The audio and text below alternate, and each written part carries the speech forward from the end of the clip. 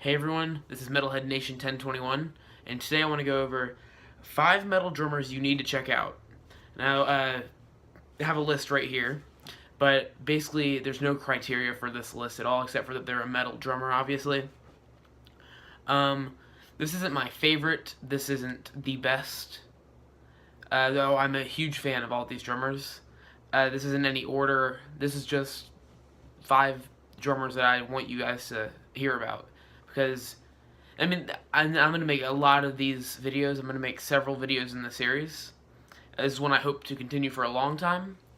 But, they don't have to be these small, underrated drummers either. Like, I could talk about George Callias in one video, or Mike Portnoy. I don't know. But, this is just a random list of drummers I think you guys need to check out. Number 1 is T Violence from the band Nasty Intent. Right here is the only thing I really have by them. Gotta go see them live. Really good band. And the album itself, actually it's a demo, the demo that they recorded, it was, I wouldn't say it was sloppy, but it wasn't really clean either. It was, you could tell that there were a few mistakes. But when you see it live, when you see the band live, it's amazing. Like, they don't mess up once. It's crazy. I really liked the experience of going to see them. Sadly, there aren't many venues around here right now for metal shows, and I'm under the age of 18, so I can't enter any of the ones that there are around here. But anyways, back to the drummer. This is the information I could find on the band. So his name for the band is T Violence, if I'm not mistaken.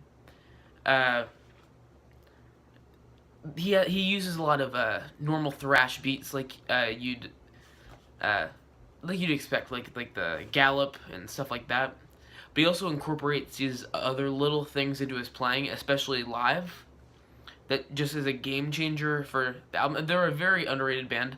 Then again, they haven't done much yet because they're a very new band. But he's a great drummer. They're a thrash metal band. He plays a lot of thrash, like traditional thrash drums, but he also adds these little things that keep it alive, keep it interesting.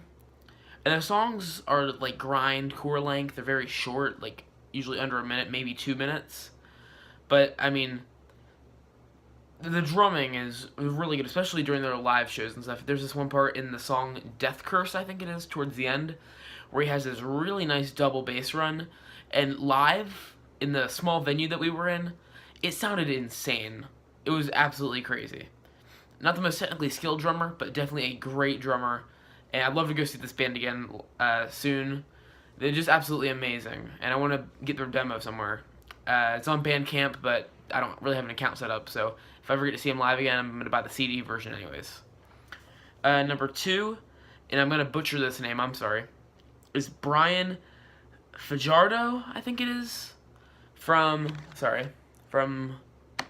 the band Kill the Client. And I probably messed up that name like I just said, but this album right here I got in the, if you've watched some of my other videos, you might notice that I got that in the 30 CDs for $30 Relapse Records grab bag box, whatever it was.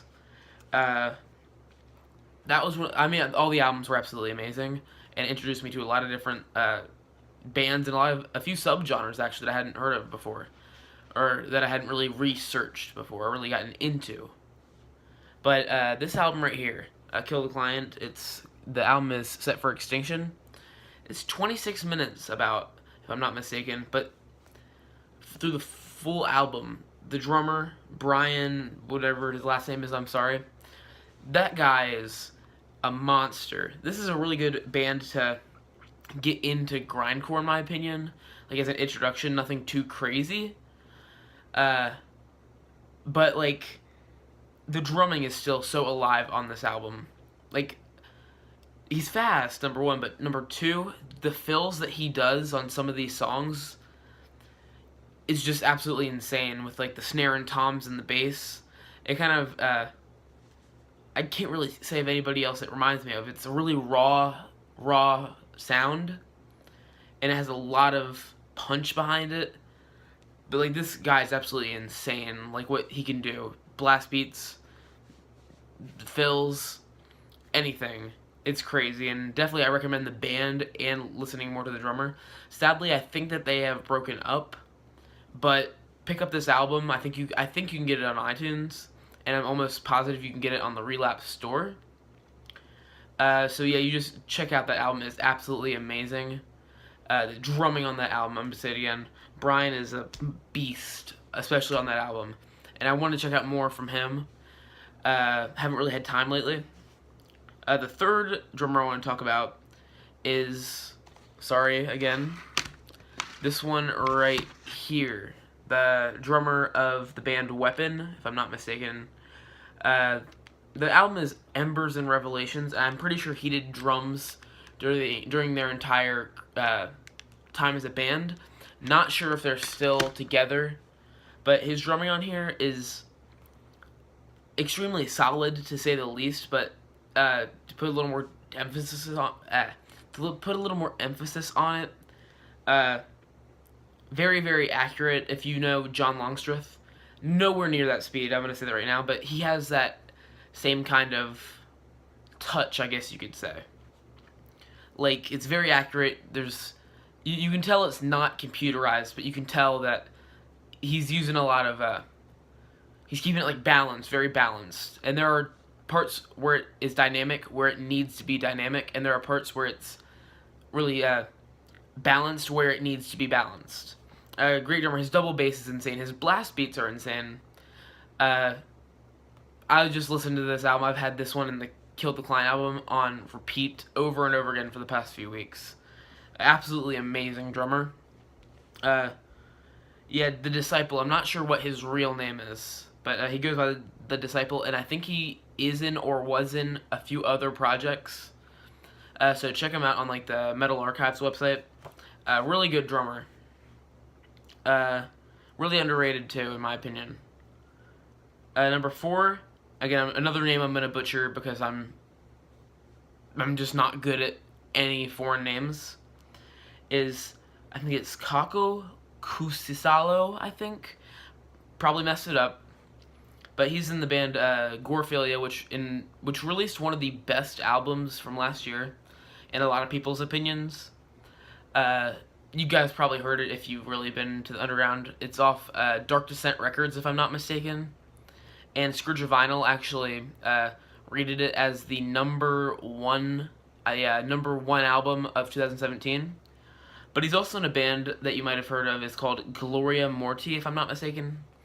If I'm not saying that right, then please tell me. But he is, again, like a lot like John Longstreth. You can actually look up his old YouTube channel, and you'll find videos of him covering like the songs from Origin's first album, and he does it with great precision. His double bass is amazing. His blast beats and all the drum beats he does, his double bass patterns, his hand patterns is absolutely insane. He's probably one of the faster drummers on the list in terms of double bass and hand speed. And the videos that you'll find on YouTube, I think, are from either 2006 or 2009, somewhere in that area. But watch videos from like 2015 or 13, or even more recent. He's a beast. He's a monster. Like, he's improved so much, and he's getting better and better. And hopefully he does more projects in the future, or releases more albums. Great drummer. You can find some of his drum playthroughs on YouTube. And I have been listening to some of the Gloria Morty songs non-stop.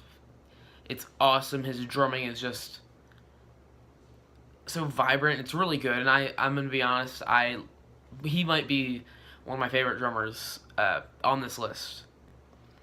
And then again, they're all really good. Number 5, and probably my favorite drummer on the list. Again, it's hard to choose. This guy, absolutely amazing. I've talked about this album so many times. Tom Hoops from the band Depths of Chaos. I've gotten to talk to this guy several times over the phone and stuff. He is an amazing guy, along with an amazing drummer. this album, again, has been played non-stop. Love that album. It's probably one of my favorite albums that I got last year. And that's saying something, because it's not just the music itself, which is really good, but it's really the sentimental value of getting the CD, being able to meet some of the members of the band. Sadly, I wasn't able to meet him because he wasn't with the other members the day I got to meet them. But just his drumming, the closest thing I can say is that it's a lot like Pete Sandoval's from Morbid Angel, and I think, is it Terrorizer that he's in now? Anyways, probably the most underrated drummer on the list, and probably the most underrated band on the list. I would have never stumbled across this album if I hadn't met the guys, and just because one of them was wearing a Morbid Angel shirt.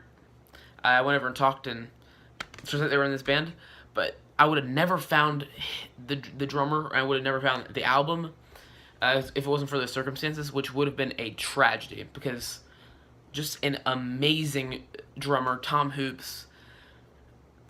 Oh man, the drumming, he has really fast feet, really fast hands.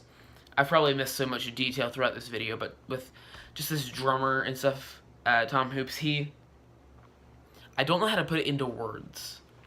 I'm gonna be honest. He's not just straight up fast, he's also very precise, with still that human feel to it, which is awesome. But he also can play extremely technical passages. The whole album is good. This whole album is good, but if you really want to hear a showcase of his drumming, two songs that come to mind are the first song and the last song. The first song is called Filth and Fear. Check that one out. Has probably the fastest double bass run on the entire album right towards the end. Crazy stuff. I want to say it's like 230, 240 BPM. It's probably more or less than that. It just sounds really fast. So I'm just taking a guess off the top of my head. And the last song, the other one that I think is another really good showcase of his drumming, is called Maudib or Maudib. I don't know how to pronounce that. I'm not going to try again. But that song right there is the longest song on the album, about 7 minutes long. And just listen to the drumming after the intro where you hear like the Maudib. They do that like 3 times. And in the middle of the 3rd time, you just hear this bum bum bum bum, and you just hear the double bass going.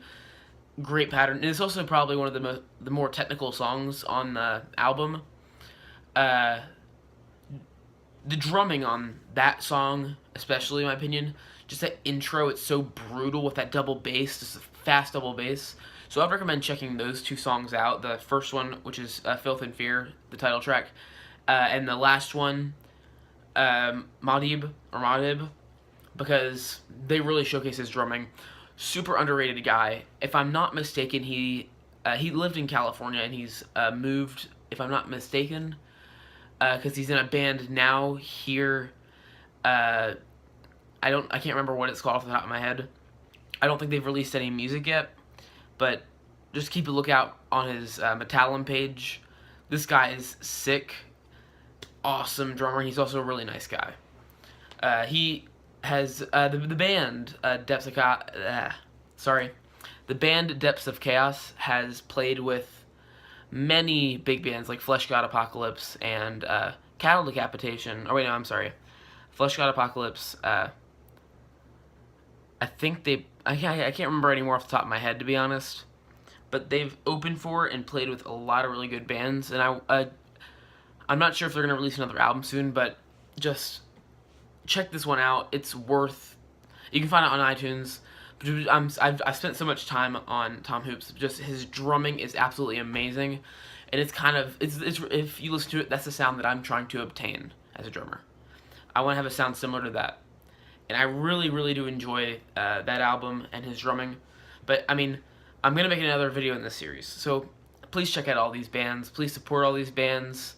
A lot of these bands aren't really big bands. They need that little flow of money to continue. So the ones that are still going and the ones that aren't, you should just support the bands, support the music, support the labels, just everything. I'm gonna make another video in the series. I'm gonna make several more. But anyways, this has been Metalhead Nation 1021, and thanks for watching the video.